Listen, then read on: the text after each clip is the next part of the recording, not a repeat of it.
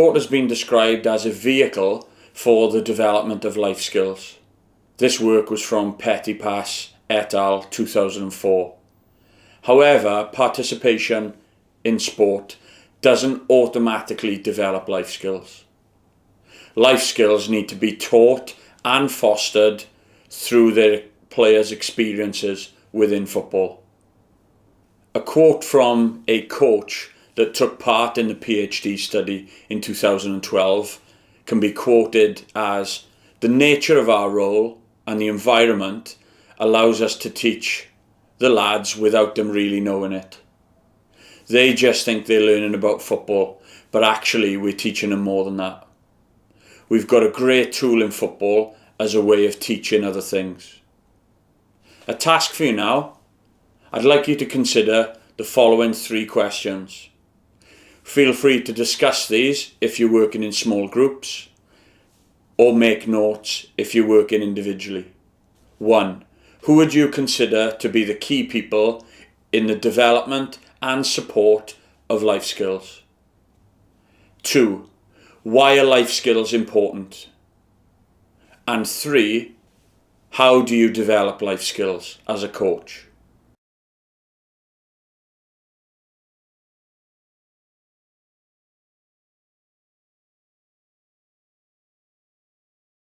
Hopefully you've had a chance to complete the task and attempt to answer the questions related to the key people, the reasoning for developing life skills, and the methods you can use as a coach to develop life skills.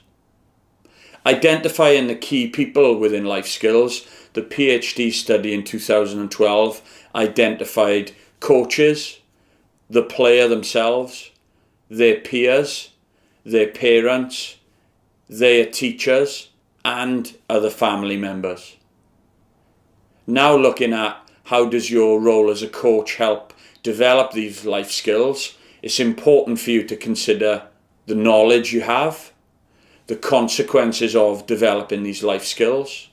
Are you the best person to develop these life skills?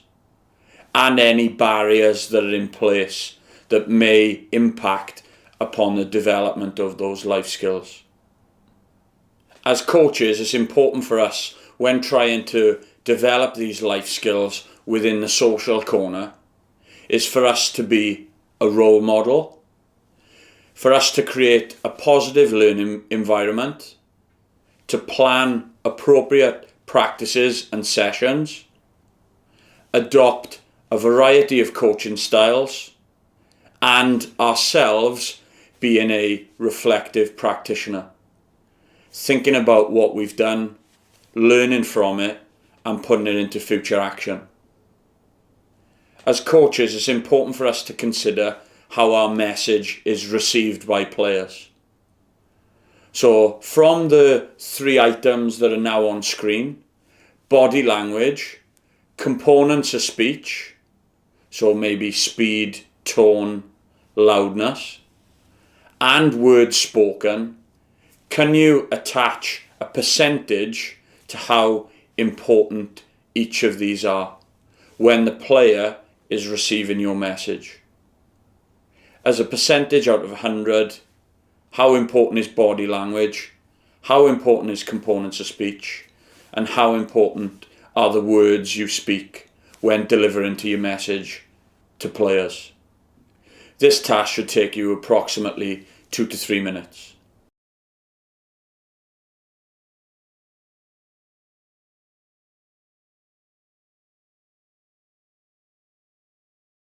Hopefully you've had a chance to associate or attach a percentage of importance with the following areas: body language, components of speech, and words spoken. And you can now see that body language is 55%, components of speech 38%, and words spoken 7%. So it's really important for us as coaches to have an understanding of positive body language and how we portray that to players. And secondary importance being how we deliver our message, the volume, the pitch, the tone. And finally, the words spoken. And hopefully from completing this task, it's been a surprise in terms of how important body language was versus the other two key components. The key overarching part of the social corner and the psychological corner is knowing the person. Knowing the person first and then knowing them as a player. And if we keep this at the forefront of our approach with young players, then our priorities will fall into sync in a positive way. A quote from a parent who took part in the PhD study in 2012 said that the coach is probably more like having a big brother. They look at them as the fun aspect of life.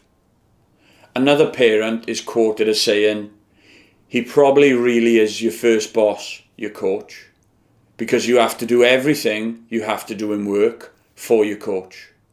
Turn up on time, listen, follow orders."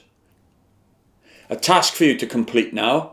From the 5 areas listed on screen, can you attach an importance percentage to each? From a parent's point of view, what value do they place on each of these skills that are going to be developed in their child? And then attach an importance percentage for how a player would perceive the importance of each of the following areas. So for each of the 5 skills, you should have 2 percentages attached to each. One for the parent, one for the player. Each of them ranking which of the 5 areas are most important and sharing them across the 100%.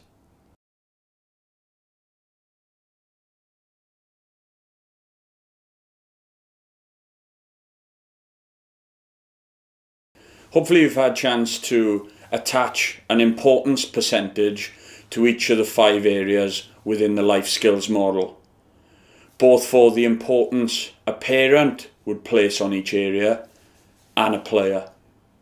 And now you can see on screen in blue the areas identified by the parents, and in red the areas identified by the player. Upon viewing this data from the PhD study conducted in 2012, it's certainly a surprise in terms of how the players and parents rated the level of importance of each of the life skill categories.